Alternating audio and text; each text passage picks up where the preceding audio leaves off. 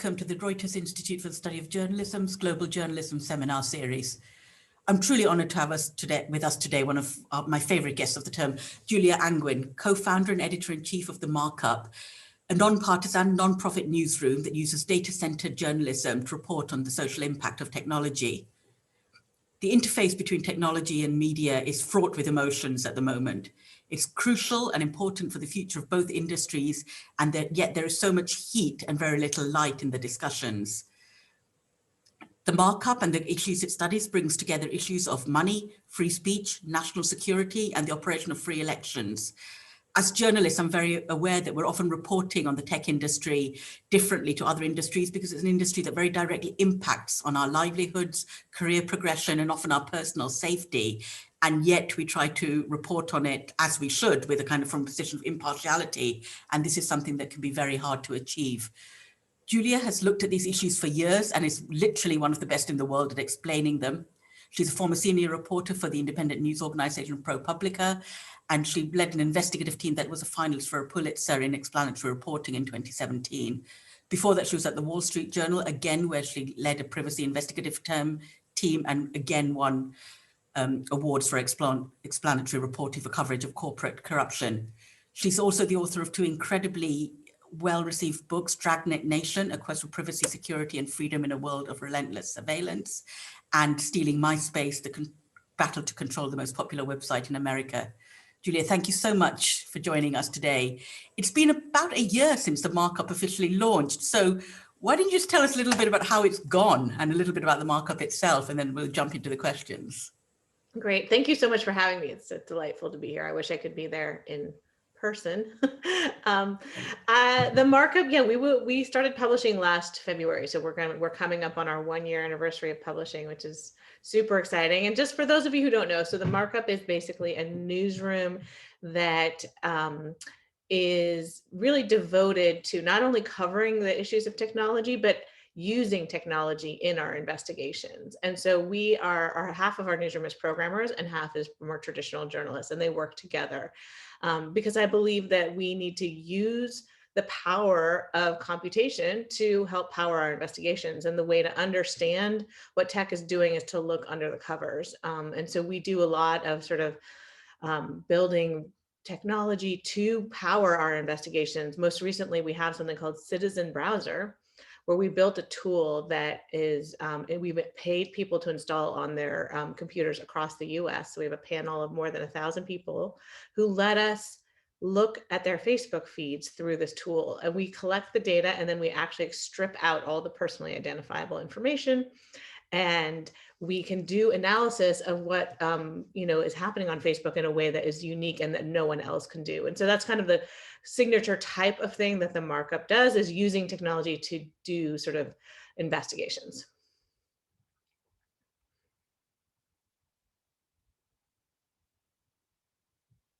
Thank you so much.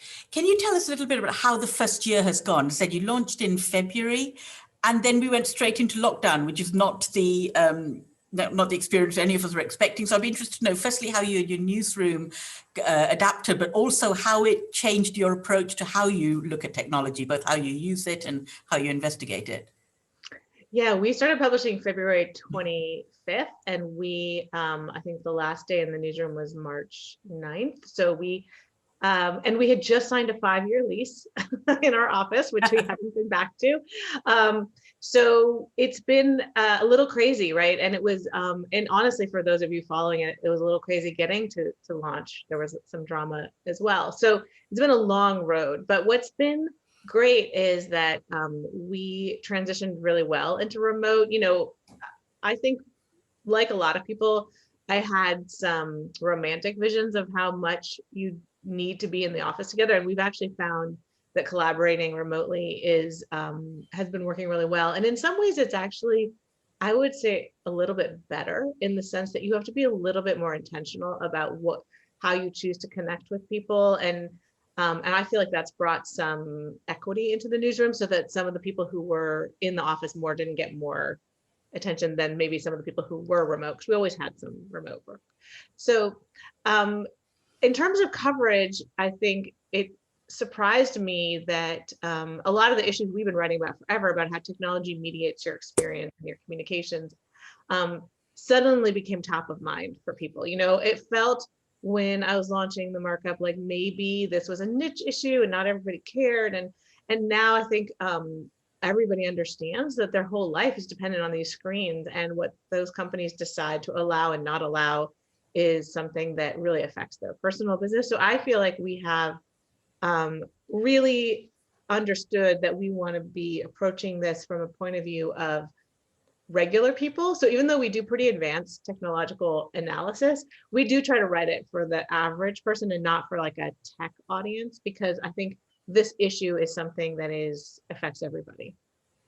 Who's your biggest surprising audience been this year? People, I'd love to know, what group were you not expecting to come to the Markup? Well, so first of all, we don't actually track our audience. So, you know, one thing about the Markup is we have a privacy promise. So we don't track anything about our users. We don't set cookies. We have no trackers on our website. We do the most grungy analytics possible. So we really don't know that much about our audience, but anecdotally, I think what has been really surprising and really heartening to me is how global our audience is. You know, it really strengthens my belief that these are global issues, and they're honestly some of the worst impacts of technology and how it's mediating communications are not actually in the US. And so one of my ambitions is to try to figure out a way to do more coverage of that, because our coverage has been very US centric, just based on sort of being very small newsroom based in the US. And so I would like to try to figure out more ways to do more global work. That's actually a really good moment to pause and say we've got a very global audience, and Julia's very kindly agreed to take questions. So do type them into the Q&A box from now, and I'll put them to her throughout the question. So if you put the questions in the Q&A box, but also say where you're from, because I think it's important in this context. Julia, going to the issue of reporting technology, we've had various speakers come and speak about using the term content, for example, or using the term news stories. And what are some of the tactics that you think technology companies employ when talking to journalists that we should kind of be to watch out for or be wary of? That's a good question. Yeah, there's a lot of reframing that happens in the way that technology views the creation of knowledge. And, you know, I think it's really interesting because journalism is a profession that's built around having standards for the production of information, right? And that is what we do. And we have norms and we have rules around it. And honestly, technology companies have just blown those up, right? They don't agree, they don't believe that there should be these types of rules, or maybe they don't believe they have to comply with them. And so the idea, and that's also, of course, a luxury they have, at least in the US, right? Because of the immunity from liability that they have. Whereas journalism, you know, all I ever think about is liability. Are we fact checking this enough? Is there any reason you could think that we didn't try hard enough to make sure it was correct? And they don't have that obligation. So it really means that we're operating in a world where there's two different standards for the production of information, and ours, honed over hundreds of years, is really not valued, right? And so in some ways, like just doing journalism and sticking to those rules is actually an act of resistance itself, you know? How does this work in terms of covering regulation of the tech platforms, for example, or the issues of free speech? Where do you think journalists struggle with, or do you think they struggle with impartiality, kind of the issue I mentioned at the beginning, that this is something that affects us as individuals and as employees and as employers so directly. How easy is it, do you find, in your newsroom and among, you know, in other newsrooms you've worked to kind of separate out the direct impact it has on you when you are at the Wall Street Journal, for example, to looking at the industry more widely? Yeah, I mean, this has been a challenge in every newsroom that I've worked in, is that our primary means of distribution to our audience is through these tech platforms that we write critically about. And, you know, I think I've always wondered, right, they could suppress these articles and make them not circulate. And we wouldn't necessarily know. I mean, now that we have Citizen Browser, we have this window maybe where we could see something like that happening. But, you know, there was that shocking article in the Wall Street Journal last year about how Facebook's algorithm, they had tweaked it to suppress Mother Jones content. And they can just do that anytime. And then it's really rare that they would even be caught, right? And so it's one reason that we have invested in making sure that we have other ways to reach our audience by having newsletters and working on partnerships so that we co-publish with the New York Times or the Guardian, so that we're not always just totally beholden to the algorithm, but we're pretty beholden to I mean, everybody's pretty beholden to the algorithm. Like, there's only so far you can go on that front of independence. And so I think, but one thing that we do to mitigate that is we do not judge ourselves by our traffic at all, right? Because the algorithm really generates the traffic. We judge ourselves by our impact in the world. So we think of a win when our Google investigation, for instance, of how Google was preferencing its own products and search results, you know, we quantified that for the first time. I think everyone suspected, everyone could see that in their own search results, but we actually, you know, took 15,000 searches and ran the numbers and showed that they actually do preference themselves quite a bit. When we were cited in the congressional antitrust report, and when all the different antitrust cases against Google reference that finding, then we feel like that's our win and not the traffic. Okay. I mean, there's a lot of questions about journalists and building up the right expertise and skill set in a newsroom, and this is something you've spoken about a great deal. And a question from Johanna Veku from Finland, where she's saying, in my country there are very few or no reporters or newsrooms specializing in kind of algorithmic accountability and that kind of tech reporting. And what tips do you have for journalists who are interested in building in this into a beat? For example, she's a freelancer and really interested in it, but feels like it's difficult to get into without newsroom support. Yeah, I mean, this is a real challenge. This is why I started the Markup.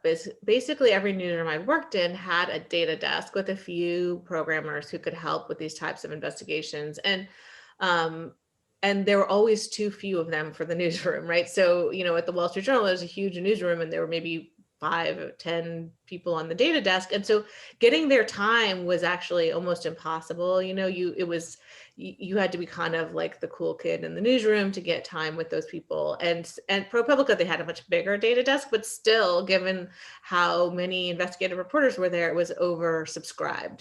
And so that's why I wanted to build a newsroom that is literally half and half. So that's half engineers, half programmers, so that we were never going to face that scarcity that everyone faces. Now, a freelancer, of course, is going to face this even more. But there are ways to do qualitative investigations that don't involve the enormous amount of data lifting that we've done. You know, one thing, for instance, when I wrote about criminal risk scores and how they were biased against Black defendants, we did a huge analysis of them. But, you know, it's interesting because we did all this data analysis and showed definitively, like statistically, like significant bias. However, you could I also during the reporting just obtained the questionnaire that they used to assess people, and you could just write about that questionnaire. It's pretty clearly biased. It basically says, you know, do you live in a bad neighborhood where there's a lot of crime? Like, you know, have anyone in your family ever been arrested? All these types of questions, which are all like proxies for race and low income.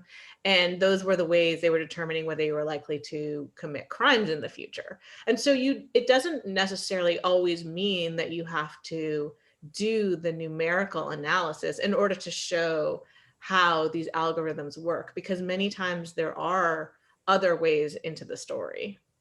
Thank you. And can I also go back to your issue of impact, because and the kind of relationship with tech. So you talked about the impact being legislative change in many ways, or at least framing the political debate. And that's very clear how that's done in the United States. And it's a question from Louis, our Brazilian journalist, saying it's much harder for journalists outside the US to cover Google, Facebook. So they don't really have any access to any sources, and it makes the reporting almost impossible. And do you have any ideas on how to cover what these companies are doing in countries like Brazil? Where do you start there? Yeah, I mean, I think that's where, you know, the approach we're taking with Citizen Browser makes sense, which is that I think that to cover the way like a company is adjusting reality for people is it requires the participation of a lot of people because everyone's feed looks different. And so we're doing it in a way with this fancy tool and a paid panel, but honestly, you could recruit just a bunch of people to share with you what they're seeing, literally just screenshots of their feed, like what ads are they getting or what kinds of content. And that would be a way to sort of have a look at what Facebook is pushing to certain groups of people. And so you can do it in these lower lift kinds of ways if you can get your community and readers engaged with you in sharing what they are seeing. And I think that's a good starting point. And I've seen some projects like that I think have really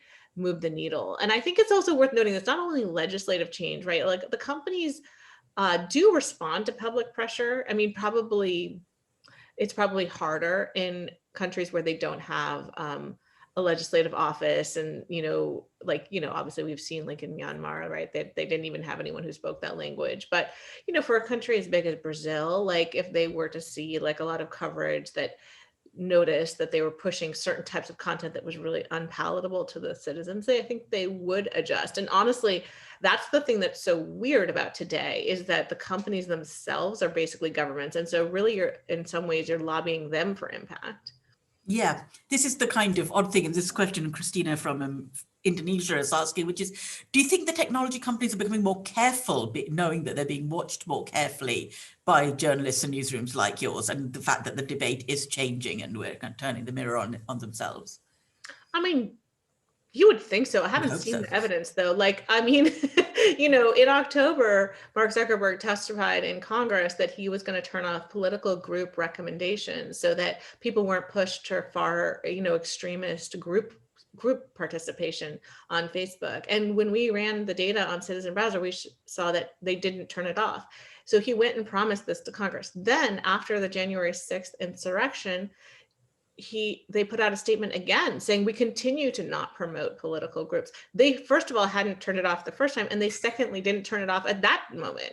And so like the thing is, I don't think these companies are used to having anyone checking their work, because it wasn't possible, right? How would anyone in Congress know whether they turned off group recommendations or not? It's honestly not possible without the type of panel survey that we have.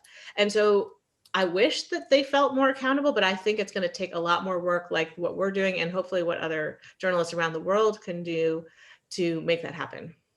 I'd be really interested to know where there are so many debates about regulation certainly in the United States and the US and Europe. And some of this is antitrust legislation like with Google, and then the others is about free speech and hate speech. Yeah. This is a very broad question, but I just wanted to know, where do you think the solutions or the beginnings of solutions to some of the problems you raise may lie in the regulatory space? That's such a difficult question. And people ask me that all the time. And I have to say, I'm actually really much better at problems than solutions. My job is to identify the problems and try to diagnose them as correctly as possible and precisely as possible so they can be solved. So for example, when I was at ProPublica, I wrote repeatedly about the fact that Facebook had this drop-down menu where you could target your ads by race and you could actually exclude certain races. And I kept showing that you could buy ads that excluded different racial groups for housing, employment, and credit, which are all things that like legally you're not supposed to discriminate against in ads. And Facebook for years and years and years said, oh, we'll fix it. And I kept sort of showing that they wouldn't. Eventually, they finally got rid of the drop-down menu, right? Because from the beginning, I was like, you just don't have to have a drop-down menu saying like block blacks from seeing this ad. Like, I don't know why this is super hard. And they were like, no, we're going to build a machine learning program and whatever. And then eventually, like, there were just too many leaks and they turned off that thing. And so I think that the role of journalism is to be really clear about what is the problem.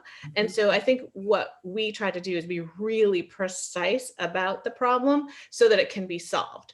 Now, that said, I think that there's some evidence that certain types of regulation don't work, right? There's increasing amounts of evidence that laws against misinformation are actually often weaponized against journalists and dissidents and don't actually solve the problem. There's a recent report from Pointer, and there's been a lot of reports like that around the world. And so I think one thing to be cautious of is rules like that.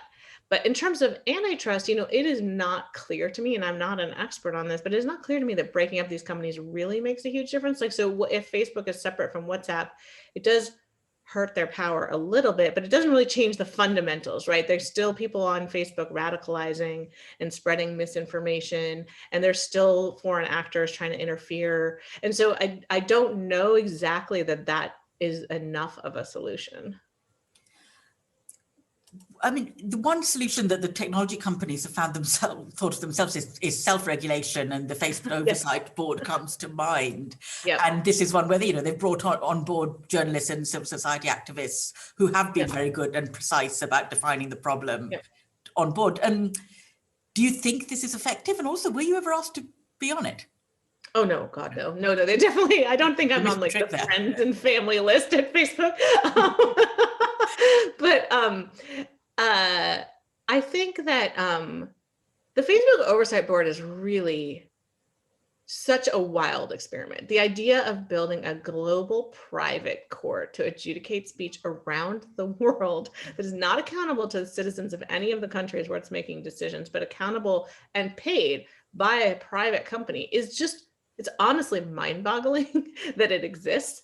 And I also think like it's worth noting that it's, most of the, not most, but I would say a lot of complaints about Facebook have been about really objectionable content, right? Staying up, like in Myanmar, for instance, like which in that particular case led to genocide. And so, but the Facebook Oversight Board is meant to address an entirely different thing. It is not about taking down content. It is about restoring content. So it is primary function is one direction, which is people whose content have been removed can appeal that removal and get it restored. And so, for instance, one of their first decisions was actually to restore some speech in Myanmar that was, some people said was offensive, and the board said no, it wasn't, and they restored it.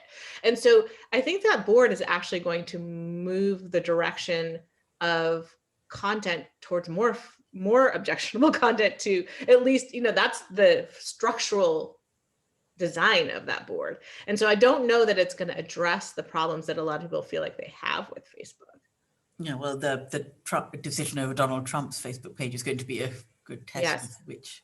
And that should be coming in the next couple of weeks, which should be really interesting. Exactly. No, I'm kind of looking forward to seeing what comes out of that. You mentioned you track very limited data in your audience, and again, I'm really fascinated by this because it's kind of measuring impact, but also you want to measure reach. So, how do you think about your audience engagement and measuring the impact of your work? Because there is this kind of big macro level policy regulations, but that can't be enough on a weekly or a monthly basis to say, how do you self-correct, and are we going in the right direction? Yeah, I mean, I think it's a really good question. So we're trying to work on that. We're trying to build, for instance, an analytics tool that's similar to Google Analytics, but not as invasive. But we have to build these things from scratch. They don't exist, right? So we're working on that. We're working on trying to figure out ways to qualitatively assess our audience. So, remember in the old days when people did focus groups and talked to people, right? So that used to be a really normal way of measuring your audience. And so we want to do that. We sent out a survey to our newsletter readers. So, it's just worth remembering that people did this before ubiquitous surveillance became the norm, right? And so we're going to try to go back to those techniques and use those. So it's funny, focus groups are now called reader panels, I think. They're basically the same thing reinvented full circle. I think you're absolutely right.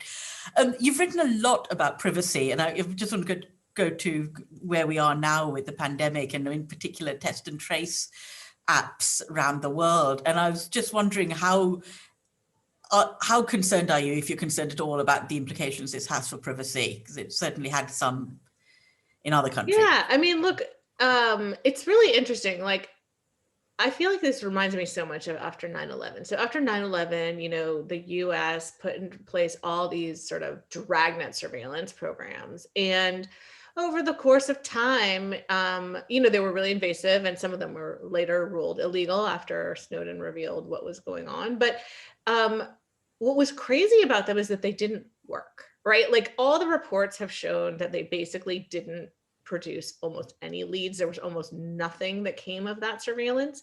And that is something that I think has also been somewhat true with test and trace apps. So the countries that have done the best on the pandemic have been ones that do a lot of like in human surveillance, right? Like there's a person who meets you at the airport and then they make you go to a hotel and then they give you lunch every day and dinner and, you know, and then they call you every day, right? The apps that have been like, okay, I'm just going to tell you randomly that that you were exposed to somebody, but you won't know who it is, right? That's the Google and Apple model.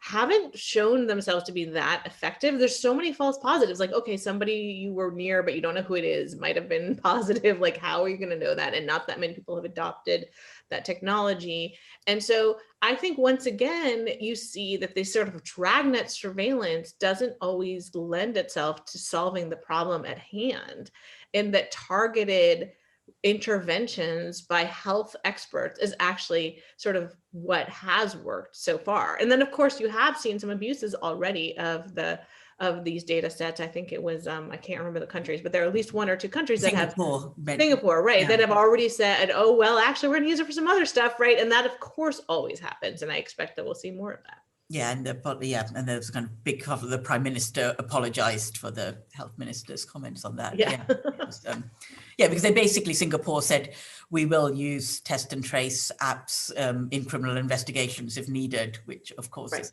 the surefire way of destroying that trust in that.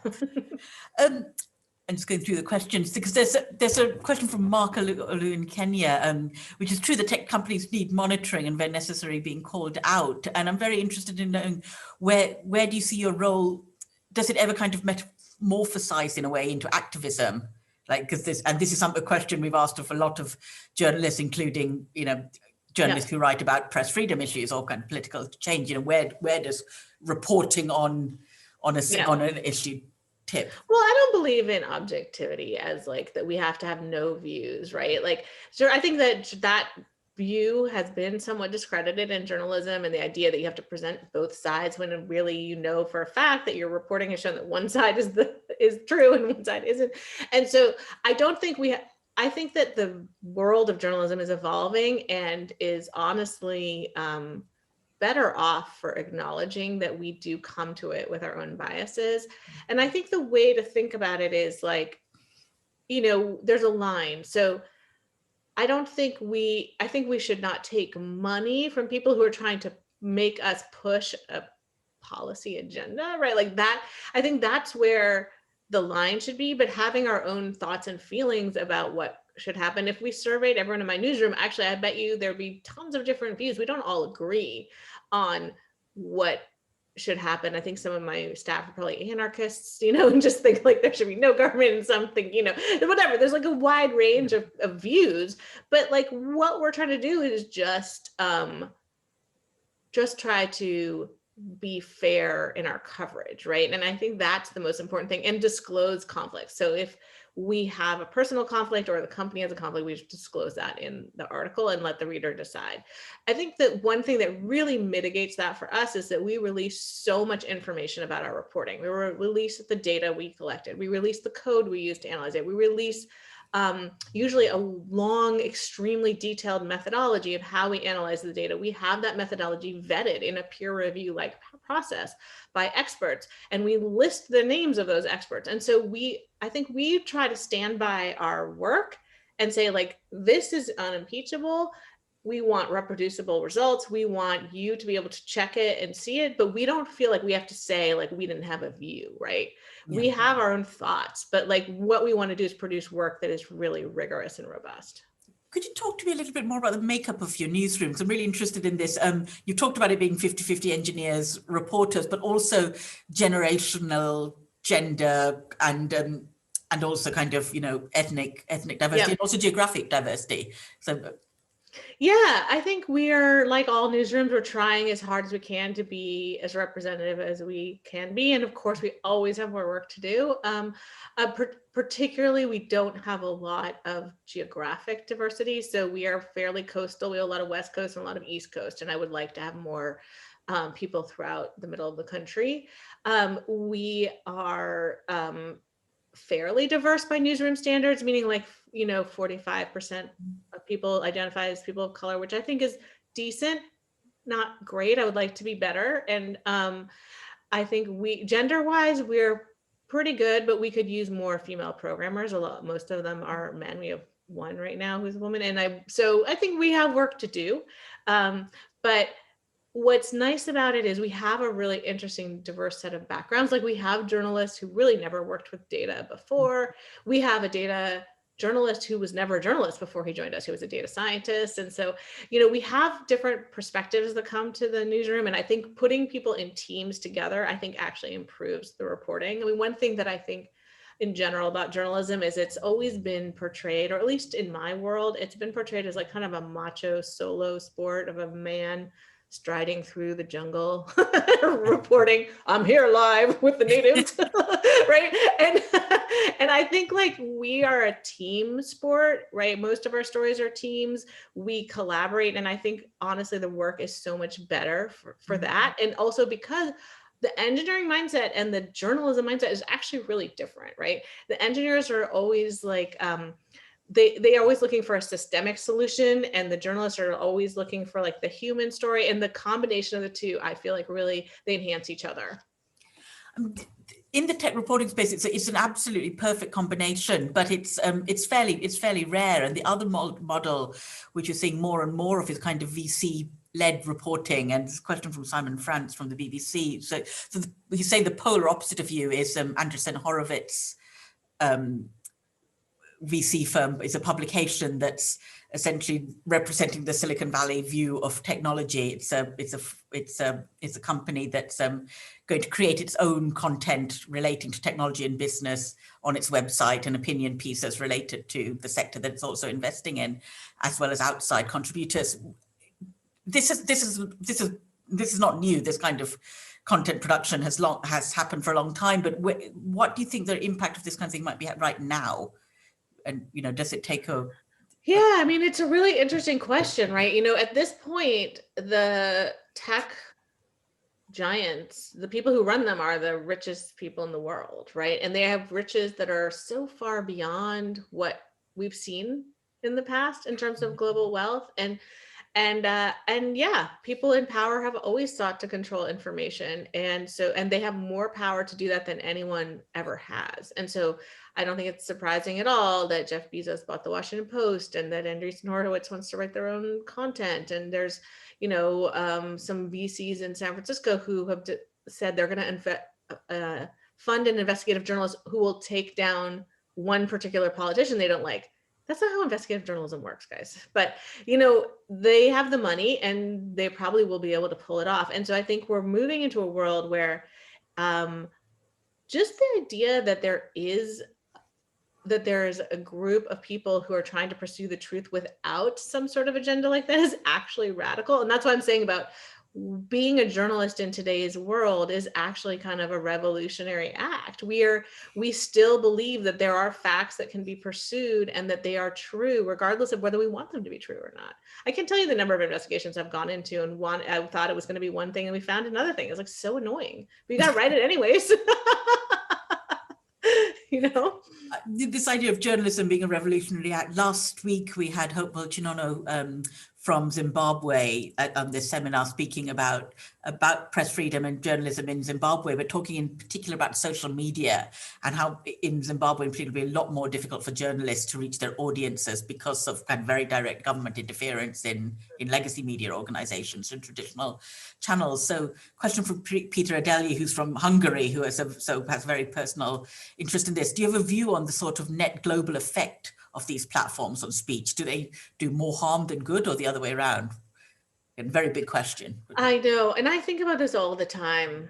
I think so. One of my perennial problems is I'm sort of born and wired as an optimist, and so I grew up. So just some background: I grew up in Silicon Valley. My parents were both programmers, and I grew up sort of swimming in a libertarian and free market and basically optimistic worldview about how technology would change everything for the good.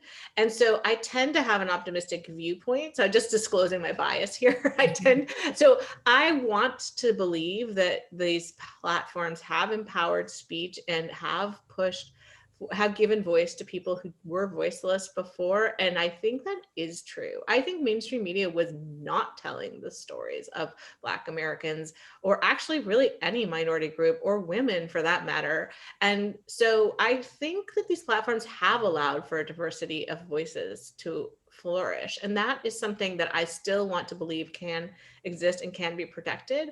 But I just think that like any company that is so big, so wealthy, and has literally no regulatory oversight, not in sloppy, right? Like it's like they just, it hurts their profit margins to have police all this speech. And so I think that the goal, at least from my point of view, from us as journalists, is to make them be better, not to get rid of them, to just to hold them to account, you know, and say, here's the thing you're doing wrong. And yeah, you sure you probably do a bunch of stuff right, but that's not our job. Our job is to point out the stuff that isn't working. And then the next question is, we kind of know which companies we're talking about, which is the big platform companies, but then Bermet Talent from Kyrgyzstan points out that, you know, we're seeing scrutiny and liability forced onto the big tech companies to some extent, but this does then drive quite a lot of the radical groups to new fringe platforms. So how much are you focusing and investigating these smaller platforms? And certainly in the last 2 or 3 months, I'd be interested to know, has your view on them changed? Yeah, I think that's an interesting question. I think, you know, the history of these small platforms is they always die. And so we haven't been focusing as much on them. I mean, there have been plenty on both sides of the aisle, right? There were a lot of people who've left Facebook and tried to start like more utopian versions of it, and those haven't worked. And now we're seeing a lot of people starting, you know, right-wing versions. Those haven't worked. Gab shut down, you know, and so I don't know. I think it's really hard to compete with the network effects of these giant companies. And so I think we will look at them when we feel like they are making a significant difference. But I also think it's important not to, like, we're a tiny newsroom, and I'm really careful about what we put our resources into, because we have really expensive and really talented people. And I want to make sure we're tackling the issues that affect the most people. So we actually have fill out a worksheet before we start an investigation about how many people are affected by this and how badly are they affected, in order to decide whether it's worth us putting our time into it. And right now, those smaller platforms haven't met that criteria. Okay. Well, she has another question, which is there anyone in your newsroom who could speak to her about Telegram? And maybe I cannot send that to you privately, but because she's looking at research on disinformation networks on Telegram, I was just wondering if that's something your newsroom's looking at.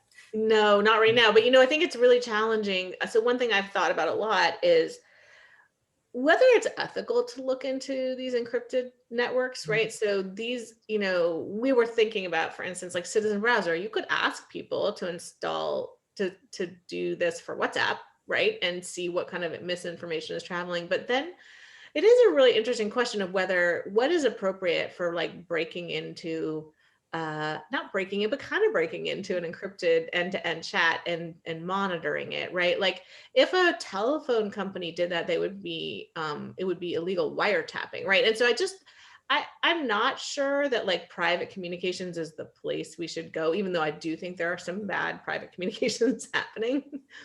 Yeah, no, absolutely. Thank you. That's really a good point. I think there's also the issue of if you go into WhatsApp as a journalist, if you go undercover, that raises all sorts of ethical problems. If you announce your presence, you usually get kicked out of a lot of these groups instantly. So it's also kind of very ineffective. Yeah, and that's that I think is another interesting question, which is I think today's world does raise the question. I mean, I don't know how the norms are around the world, but in the US, there's been a norm against undercover journalism. And I think this tech reporting world raises the question again about whether undercover is warranted, right? Is it okay to go undercover in a group? Is it okay to go undercover? Because some of our technical means, for instance, like, so when you take a computer program and you scrape a website, you don't announce like, hi, I'm a journalist collecting all your information, right? So is it technically undercover is an interesting question. That's something that we've been grappling with. And so our current feeling is like, we don't always announce who we are, but we would never lie about who we are, you know? That sounds like what I did as a journalist everywhere, really. But yeah, I mean, this kind of raises the issue of the media industry itself and the cookies on their website and the tracking data. And I know the Markup makes a point of saying we don't track data. Yeah. But do you think that's something all media companies should do or should consider doing, or should they be more open to their users? where does this balance lie? Because if they are more open to their users, then does it interfere with the interface and the experience? Yeah, I mean, look, I don't necessarily think everyone should do what we're doing. But we're trying to build a model. I think a lot of people feel like it's not possible. Like there's a view out there that like you literally can't operate without these things. And we are just trying to prove that you can. Not everyone's going to choose to do that, right? We have a specific model, which is raising money from, big and small donors. And those people, we believe, and so far seems like it's true, that they really appreciate this privacy promise. I'm not sure that's going to be true for everyone, but I think there's a lot of people who might want to add one or two pieces of it, right? Like for instance, one of the most invasive type tracking is these content, the ones that allow you to put comments on a story. That technology, maybe it's not worth it, right? We did a story showing that it loaded like 20 trackers on a site that for LGBTQ veterans, and the site didn't know this was happening. And that is something where maybe it wasn't worth it, right? So people should understand the trade-offs. I mean, do you think the media industry is different to other sectors, or is it the same principles? This question from Rachel Chitra, who's a financial reporter from India, mentions in Dragnet Nations, you talk about risk mitigation data brokers, and both Indian and US banks use data brokers for vetting bank customers before granting loans and credit. But the consent needed for extracting such data is in the fine print that a majority of customers miss out on. So is this kind of misrepresentation, or is this just this kind of simple way of doing business on a large scale? I mean, I think this is like what I was trying to convey in Dragnet Nation at a really high level was that people describe these privacy choices as individual choices, like that you chose to give up your privacy. You saw this notice and you gave it away. But the point I was trying to make is that no, it was made for you. You have no other choice. You can't where are you going to go to another bank that doesn't have that rule? They all have it. So it's a collective problem, and it needs to be solved with baseline privacy standards across the board. And a lot of countries just haven't passed those. And so there are a lot of rules that are disadvantages to consumers, and we want to constantly point out that playing field is not level. It's not your fault, right? Somebody has made that choice for you. And that's why we feel so strongly about building the markup the way it is, because it shows that you don't have to, right? There is another way. And we want to basically model that for people, saying, look, you pretend like this is the only option, but there is another way to do this. I mean, the markup is kind of a fairly unique on lots of levels, and the non-profit US-based English language model is kind of, you're using your kind of position very well for good. And there was also, you alluded to the start of the markup was kind of plagued by a lot of controversy, which I think everybody knows about. But the question from Alex Fanta is that do you feel were there useful things you learned from that particular conflict, and what advice particularly would you give to small non-profit newsrooms that have to manage personal dynamics, external funders, and often at quite high visibility? Yeah, that's a good question. I think what I learned from that whole experience was that I had written about technology for a long time. So I had seen this happen at like almost all the companies I covered had some sort of founder drama. And somehow I just didn't see it as inevitable. I thought like, oh, those people were just drama queens or whatever. And that was like what happened to them. And then what I kind of came to realize after going through it myself was that it is a little bit of the birthing pains of a company, right? The struggle was about what were we going to be? Who were we, right? And me and the other two founders had different visions, and ultimately it was up to the funders to decide, right? So they chose. We each made a presentation and about our vision, and they decided that they wanted to go with mine, and that was great. And what I learned from it was that like this kind of struggle happens, it's inevitable, and it's heartbreaking. I lost a good friend through it, but I also it made me realize how much I wanted to pursue this vision. Like I could have just quit, and we all could have just gotten other jobs. It would have been fine, but it made me realize how much I really wanted to make this thing happen in the world. And I think that's what I would say to other entrepreneurs is like, you don't know how driven you have to be until you're in it. And then it's like, it's a good test. How much do you want this? Because it's going to be painful. No, very glad you stuck with it. Can I ask you about trust? Because there's trust in newsrooms and trust with readers and audiences is kind of at the core of what we've been discussing a great deal. And you've talked a lot about transparency and openness and not tracking, you know, your audience as kind of a core part of what you are. And how much do you think about trust in this context? Or is trust something that is just generated by good journalism? No, I think that's part of the trust that we're trying to build with our audience, right? It's especially because we write about the data exploitation market, right? Like that's what we cover. And so if we participate in it too, it does sort of destroy trust. I can't tell you how many times I had to write stories at the Journal and even at ProPublica where I would write about some invasive tracking technique and then in parentheses it'd be like, also the website you're on also does this, right? And so it just doesn't make the reader feel that confident. So a huge amount of what we do is about building trust with readers. And I think that is the work of journalism right now. We had a kind of good time where we had that trust baked in because there were big brands and everyone just trusted those brands. But now that we're in a fragmented media world, everybody needs to really prove to their audience why you should go to them. And so that's part of our reason for proving to our audience why they should come to us. I mean, part of this is also kind of who pays for news and why should people pay for news at all? And this, again, I said at the beginning, is kind of the absolute where the interface between tech and journalism is very, there's a lot of friction there. And in France and Australia, there are big questions about what should the tech companies do about paying for news. Yep. I'd be very interested to know what your view is, or where your thinking on this would be. And also in a question from Caroline Malone, specifically about Australia, the new media law with regulation that requires platforms like Google and Facebook to pay media outlets. Whether this is effective or who's asking for it is right. As well. I mean, I would say like at a really high level, like what, when I worked at the Wall Street Journal, the Journal made its money because one of the best ways you could reach a middle-aged man who was a corporate manager who had a BMW and golfed was the Wall Street Journal. And you paid $400,000 for a full-page ad and you knew you were going to get that guy. And then what happened is what Shoshana Zuboff calls surveillance capitalism, but basically ads that track you across the internet mean that the Wall Street Journal no longer had a monopoly on that guy. In fact, you were much more likely to get that guy by following him around and catching him when he was on some lesser site where he might be more likely to look at the ad than he was when he was absorbed in a journal article. And so this tracking of humans across the internet basically destroyed the ad model for journalism, which was the journalism model was based on quality, right? Like we produce quality content and we get quality people, and then you can advertise against those quality people.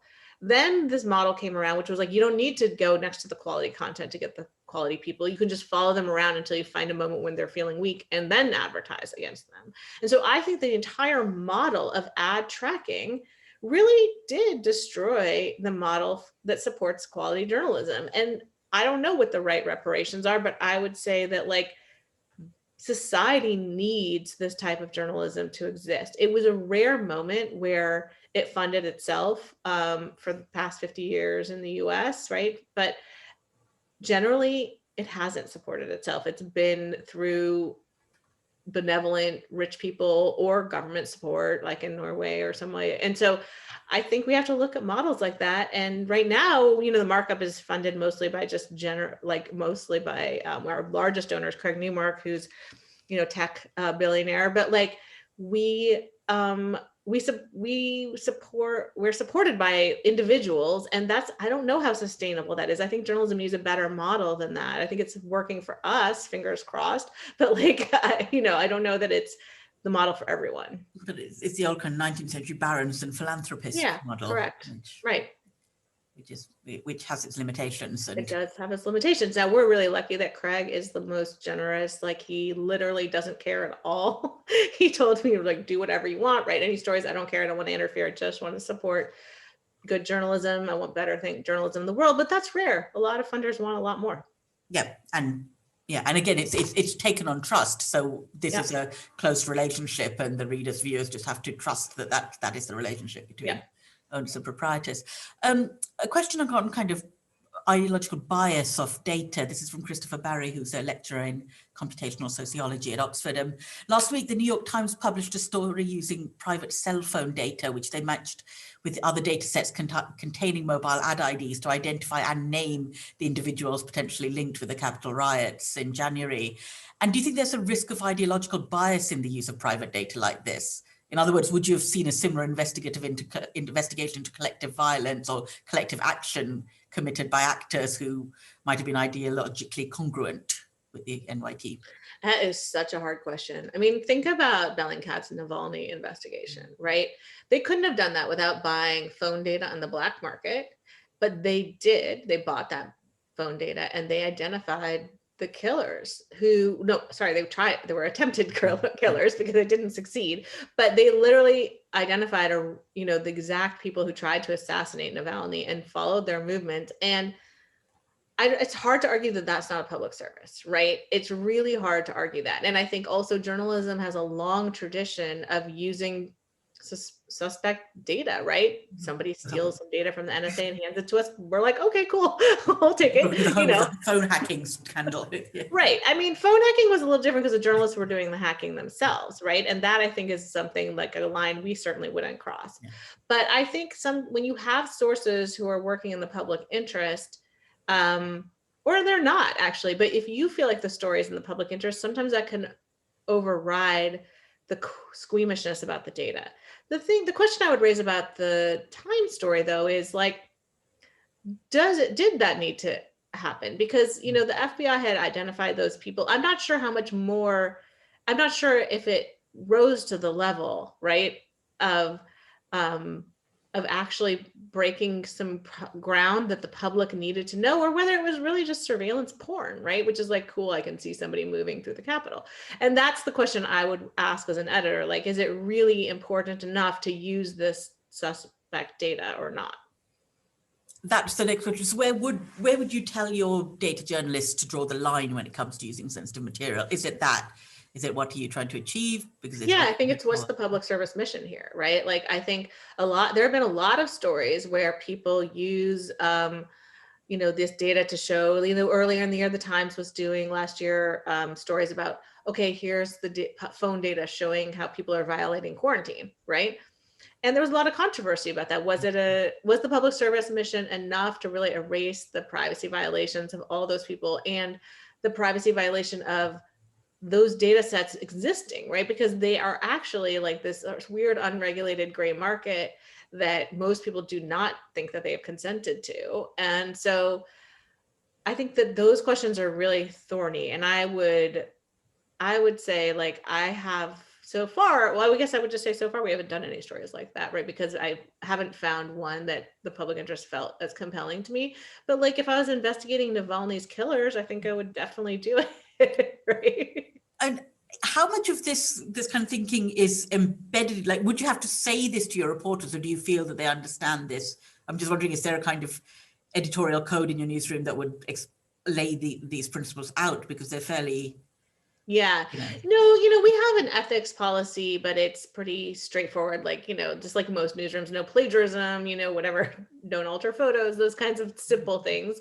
Although we have one unique thing, which is we don't allow any corporate spokespeople to go on background. So most of the tech companies insist on talking on background, and we will not participate. We reserve anonymity for people who face retaliation for participation. Mm-hmm. And so if your job is corporate spokesperson, like, you definitely do not face retaliation for speaking to the press. So we don't allow an on background conversation. So that's a unique part of our ethics policy. But I think in terms of stories like what you're talking about, like, these are really hard decisions that every newsroom kind of has to make on a case-by-case basis. It's really hard to have a policy against ever using stolen data, for instance, right? Because you'd have to turn down the Snowden files. I'm not going to turn down the Snowden files.